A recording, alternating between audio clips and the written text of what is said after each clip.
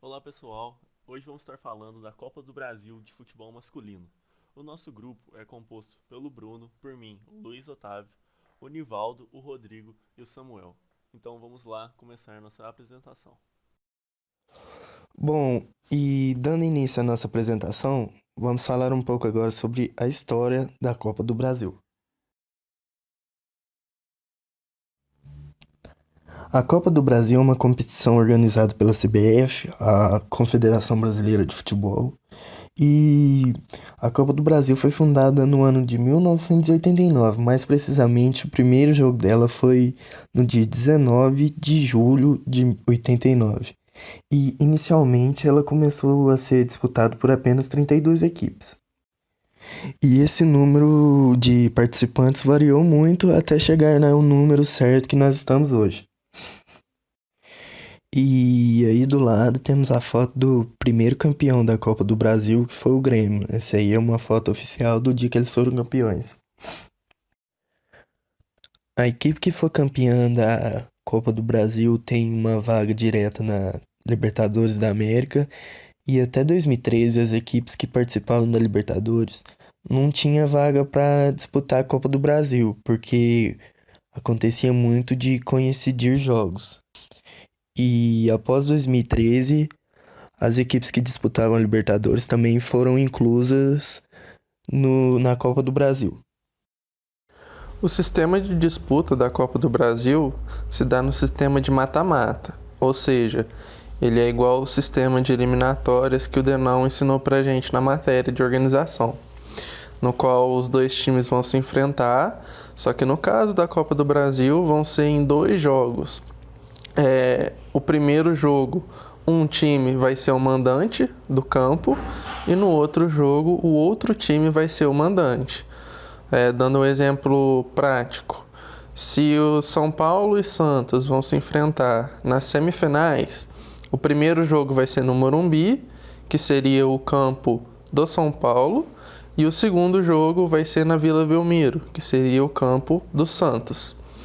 Após a realização dos dois jogos, soma-se os placares e o time que tiver a maior quantidade de gols avança para a próxima fase.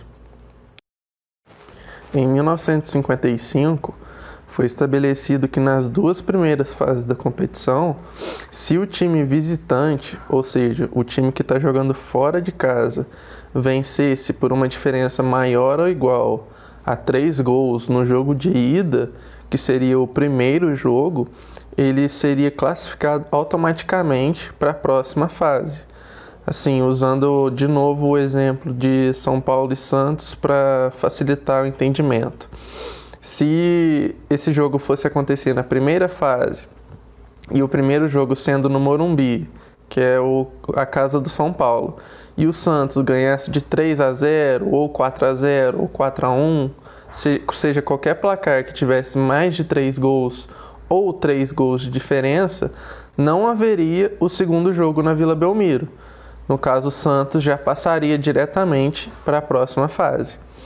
Mas no ano seguinte, em 1996, essa diferença que era de 3 gols mudou para apenas 2 gols e esse critério ele permanece até hoje em dia, lembrando que ele ocorre, somente nas duas primeiras fases da competição. Bom, nesse slide a gente tem um esquema completo da tabela da Copa do Brasil do ano de 2019 e como vocês podem ver aqui, ela tem o sistema de eliminatórias do lado esquerdo e do lado direito, que vão da primeira, segunda e terceira fase. Os números aqui embaixo, mais em negrito, eles representam o número de jogos que a gente vai ter em cada fase. Aqui, como a gente pode ver, a primeira fase são 20 jogos, a segunda fase são 10 jogos e a terceira fase são 5 jogos. Isso para ambos os lados. E o número abaixo, desse mais em negrito, representa a quantidade de equipes que a gente tem por cada fase. Ou seja, na primeira fase do lado azul, a gente tem 40 equipes, assim como também na primeira fase do lado laranja, a gente tem 40 equipes, totalizando 80. e na segunda fase 20, na terceira fase 10, isso para ambos os lados. Aqui a gente pode ver que tem uma quarta fase no meio, que ela representa a entrada dos times, né, que tem a entrada dos times somente nas oitavas de final, que aí seriam os times da Libertadores, alguns campeões regionais, mas isso a gente vai entrar mais em detalhes nos próximos slides. Aqui a gente vê as oitavas de final, as quartas de final, a semifinal e a final que decide o grande campeão da competição. Bom, aqui a gente tem uma amostra da quantidade de jogos totais nas últimas 5 edições da Copa do Brasil, 2015, 2016, 2017, 2018 e 2019, podendo observar aí uma maior quantidade de jogos na edição de 2016 e a redução desses jogos devido a algumas mudanças no regulamento do ano de 2017.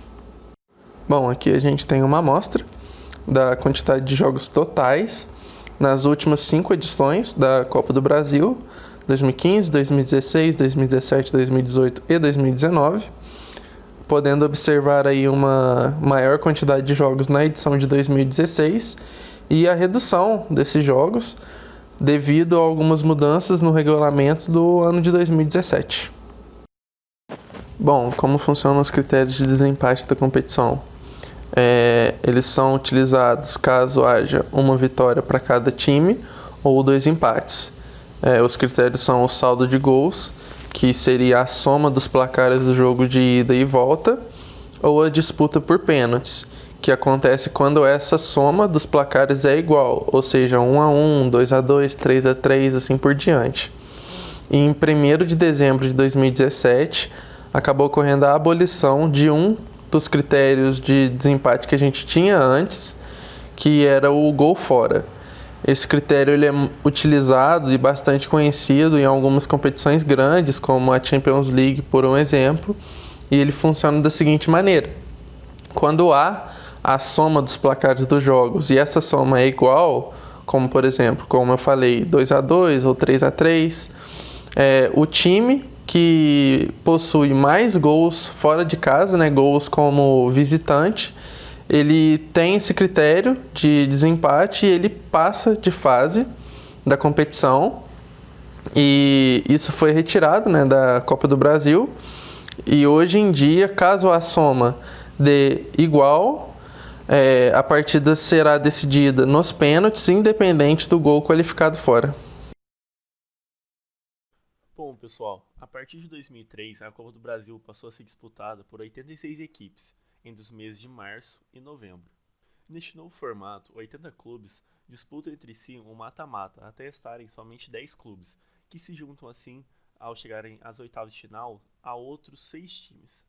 Sendo então 5 desses 6 times sendo constituídos pelos clubes que estavam participando da Copa Libertadores da América, e o último time a ser incluído nesses 6 é o quinto colocado do Campeonato Brasileiro de Futebol da Série A, ou seja, um dos melhores colocados que não se classificou para a Copa Libertadores da América, constituindo assim os 86 times que estavam disputando esse campeonato a partir dessa data. A partir de 2017 houveram novas mudanças.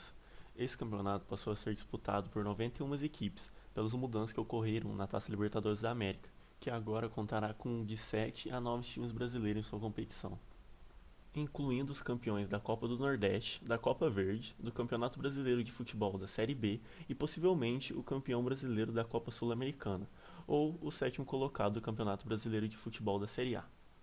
Sendo assim, nesse novo formato proposto, os 80 clubes primeiramente disputarão um mata-mata entre si até estarem dessa vez 5 clubes, que se juntam nas oitavas de final a 16 outros clubes pré-classificados, que já foram mencionados antes, para assim dar o decorrer do campeonato até o seu final. A partir de 2017, a distribuição de vagas das equipes foi modificada. Ela está da seguinte forma, que totalizam 91 equipes. São 19 vagas fixas. O campeão da Copa do Brasil do ano anterior, o campeão da Copa do Campeonato Brasileiro até o 6º colocado, do primeiro ao 6º colocado do Campeonato Brasileiro, o campeão da Copa Nordeste, e o campeão da Copa Verde. E os 10 classificados através do ranking da CBF. Duas vagas variáveis, podendo variar entre o sétimo colocado do Campeonato Brasileiro da Série A, o campeão do Campeonato Brasileiro da Série B, o campeão da Copa Libertadores da América e o campeão brasileiro da Copa Sul-Americana. Aí são 5 vagas para o estado de São Paulo, 5 vagas para o estado do Rio de Janeiro, 4 vagas para o estado de Minas Gerais, 4 vagas para o estado do Rio Grande do Sul, 4 vagas para o estado de Santa Catarina e 3 vagas para o estado de Alagoas.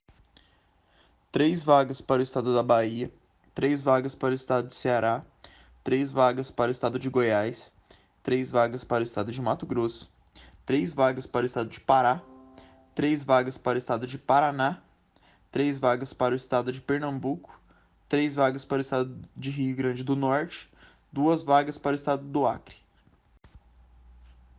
Mais 2 vagas para o estado de Amazonas, 2 vagas para o estado de Brasília, 2 vagas para o estado de Maranhão, 2 vagas para o estado de Mato Grosso do Sul, 2 vagas para o estado da Paraíba, 2 vagas para o estado de Piauí, 2 vagas para o estado de Sergipe, 1 vaga para o estado de Amapá e 1 vaga para o estado de Espírito Santo, 1 vaga para o estado de Rondônia, 1 vaga para o estado de Roraima e, para finalizar, 1 vaga para o estado de Tocantins.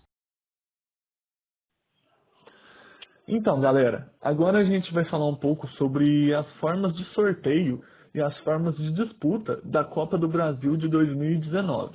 A gente vai especificar um pouco o assunto em cima da Copa do Brasil de 2019, que foi a última Copa do Brasil disputada, né?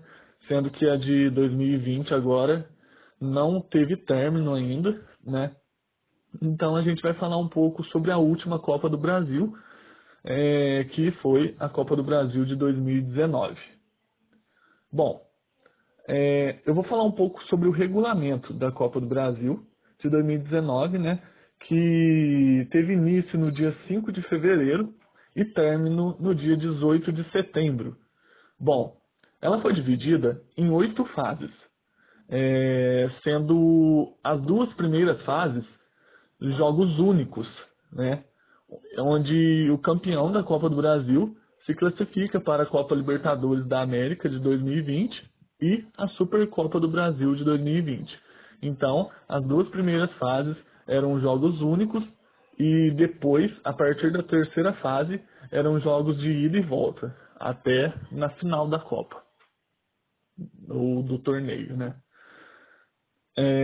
Bom, os 8 times brasileiros que estavam disputando a Copa Libertadores da América de 2019 entravam nas oitavas de final da Copa do Brasil, assim como os campeões da Série B, da Copa do Nordeste e da Copa Verde de 2018. Então, eram 11 equipes que entravam nas oitavas de final da Copa do Brasil de 2019. Bom, para a competição, a CBF anunciou que não haverá gol qualificado em todas as fases do torneio, repetindo a fórmula da edição anterior, da edição de 2018. Em caso de empate no placar agregado, a decisão da vaga iria para os pênaltis, sempre, sem gol qualificado. Então, né, em caso de empate, sempre a decisão seria disputada nos pênaltis. Bom, a competição foi disputada por 91 equipes que se classificaram, né, através da participação em seus respectivos campeonatos estaduais, que eram 70 vagas, e pelo ranking da CBF de 2019, que eram 10 vagas. Bom, galera, agora vamos falar sobre as 8 fases que consiste a Copa do Brasil de 2019. Vamos começar falando sobre o sorteio das fases iniciais, que consistia nos 80 times classificados para a competição, onde esses 80 times foram divididos em 8 potes, de A a H, com 10 clubes em cada pote, de acordo com o ranking da CBF. Aí, a partir daí, os cruzamentos entre os potes foram os seguintes. Uma equipe do pote A enfrenta uma equipe do pote E, uma equipe do pote B enfrenta uma equipe do pote F, uma equipe do pote C enfrenta uma equipe do pote G, uma equipe do pote D enfrenta uma equipe do pote H, e assim sucessivamente até serem criados todos os jogos. Bom, e agora eu vou falar um pouco sobre a primeira fase. Bom, a primeira fase foi realizada em partida única, com a equipe pior colocada no ranking jogando em casa e a melhor tendo a vantagem do empate, né? E o sorteio foi realizado em 13 de dezembro de 2018 na sede da CBF, né? E então a primeira fase foi disputada por 80 equipes em partida única, né? E como eu falei, as equipes mais bem-sucedidas no ranking da CBF jogavam fora de casa, eram as equipes visitantes e tinham a vantagem do empate, né? E, como eu disse, os confrontos desta fase foram definidos tudo por sorteio.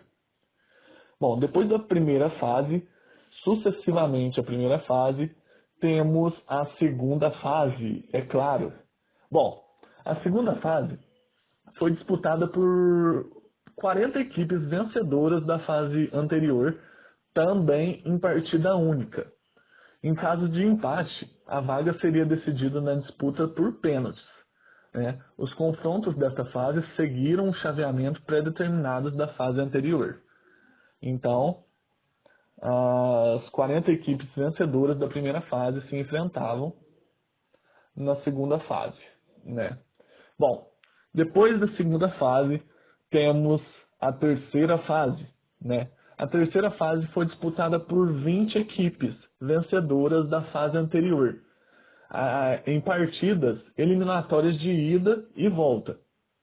Então, como eu falei, da terceira fase para frente, é tudo partida de ida e volta. Não é apenas uma partida única, como foi a primeira fase e a segunda fase. Da terceira fase em diante, temos partidas de ida e volta. E em caso de empate, no placar agregado, a vaga seria definida na disputa por pênaltis. O confronto desta fase seguiram também o chaveamento pré-determinado da fase anterior. Bom, depois da terceira fase, temos então a quarta fase, né?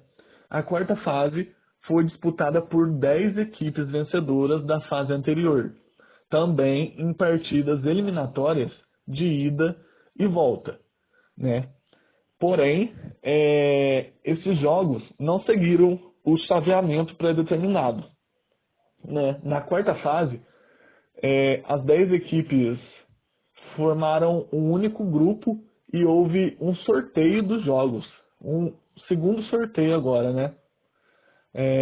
Que foi realizado no dia 12 de abril de 2019, na sede da CBF, né? E nesses jogos, esse sorteio dos jogos, né? Saíram os jogos da quarta fase, onde eram partidas eliminatórias de ida e volta, né? E em caso de empate no placar agregado, a vaga seria disputada nos pênaltis, né? E é isso. Agora, galera, indo para as oitavas de final da Copa do Brasil de 2019, né? As oitavas de finais foram disputadas por 16 equipes, né? Sendo 5 vencedoras da fase anterior, 5 vencedoras da quarta fase, mais outras 11 equipes que já estavam classificadas. Também foram partidas eliminatórias de ida e volta.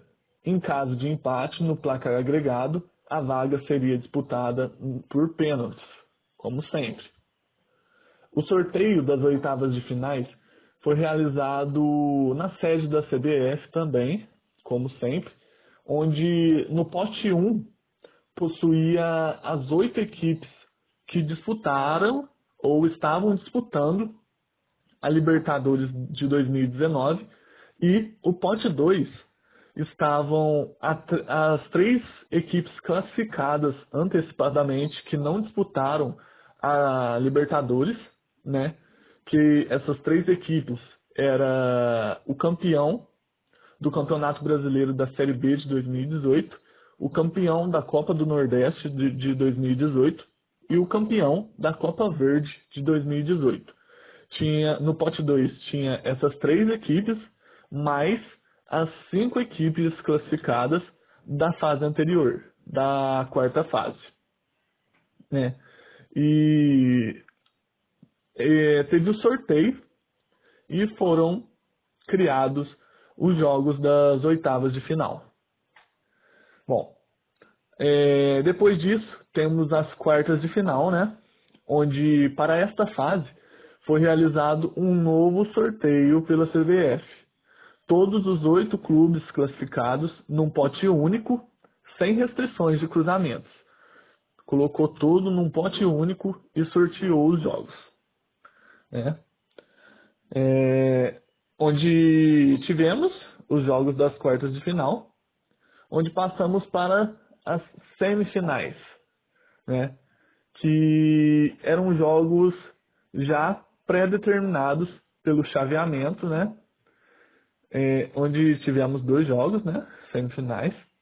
E depois das semifinais, tivemos também a final, né? Onde nas semifinais e na final eram partidas de ida e volta também, onde se tivesse o placar agregado empatado, a decisão seria por pênaltis. E foi assim até a final, e sagrou-se o campeão da Copa do Brasil na final. Então, galera, aqui podemos ver uma imagem da tabela, né, das quartas de finais até a final da Copa do Brasil de 2019, né, onde podemos ver um esquema bem organizado de eliminatórias, né, um chaveamento muito bem organizado de eliminatórias, mostrando as quartas de finais, as semifinais e a final da Copa do Brasil de 2019, onde tínhamos 8 equipes e a equipe do Atlético Paranaense sagrou-se a campeã da Copa do Brasil de 2019.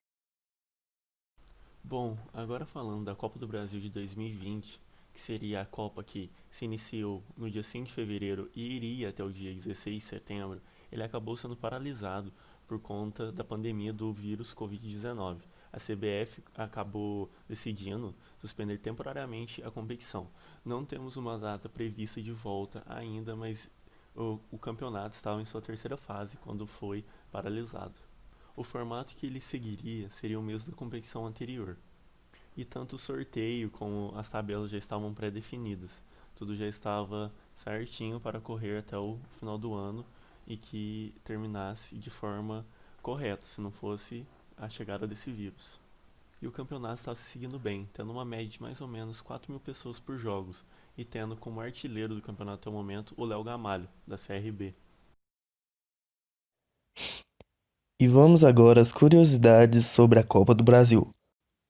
O maior campeão da história é o Cruzeiro, com 6 títulos que foram conquistados nos anos respectivos em 1993, 1996, 2000, 2003, 2017 e 2018. Lembrando que no ano de 2003 foi o ano que o Cruzeiro conquistou a Tríplice Coroa, que é um feito que, para você conquistar essa Tríplice Coroa, você tem que ser campeão estadual, da Copa do Brasil e do Campeonato Brasileiro, tudo no mesmo ano. E o maior artilheiro de todos os tempos é esse grande jogador aí que vocês estão vendo na tela, O Romário, com 36 gols em 45 jogos disputados. Era uma lenda esse cara mesmo. E agora, falando de uma das maiores goleadas que já ocorreu durante esse campeonato, foi uma goleada de 11-0 do Atlético Mineiro em cima do Caissara, no ano de 1991. E uma curiosidade interessante também foi que durante esse jogo o placar parou de marcar no número 9, pois antes disso não tinha acontecido nenhum jogo que tinha passado de 2 dígitos os números de gols para um time. Então o placar parou no número 9, mas a goleada continuou ainda até completar 11 gols. E desde então, várias goleadas incríveis foram acontecendo, como a do São Paulo, de 10-0 em cima do Botafogo da Paraíba em 2001, e a do Santos, de 10-0 em cima do Naviraiense, um nome bem difícil de falar, mas isso foi em 2010, uma das goleadas mais recentes. Então, galera, vamos com mais curiosidades agora, falando agora sobre o maior público na história da Copa do Brasil. Bom, o maior público presente em um jogo na história da Copa do Brasil foi entre Botafogo e Juventude no dia 27 de junho de 1999. Eu nem era nascido ainda, galera. Onde o jogo terminou empatado em um jogo muito truncado, né? Terminou empatado em 0-0, onde tivemos 101.581 torcedores dentro do Maracanã. Esse jogo foi no Maracanã, né? Onde antigamente o Maracanã tinha uma capacidade maior de torcedores, né? Hoje em dia, se não me engano, a capacidade é cerca de 80 mil, né? Mas antigamente a capacidade era maior e 101.581 torcedores lotaram o Maracanã para prestigiar o jogo entre Botafogo e Juventude pela Copa do Brasil. E a equipe campeã da Copa do Brasil leva uma grande quantia em dinheiro, ganha bastante mesmo. Como vocês podem ver, no ano de 2017 a equipe campeã ganhava 6 milhões e a equipe vice-campeã 2 milhões. No ano de 2020 o valor cresceu muito. O time campeão ganhava 54 milhões e o vice-campeão 22 milhões. Essas aqui foram as nossas referências que nós utilizamos para construir o trabalho. A gente agradece pela atenção e esperamos que todos tenham entendido e gostado do trabalho.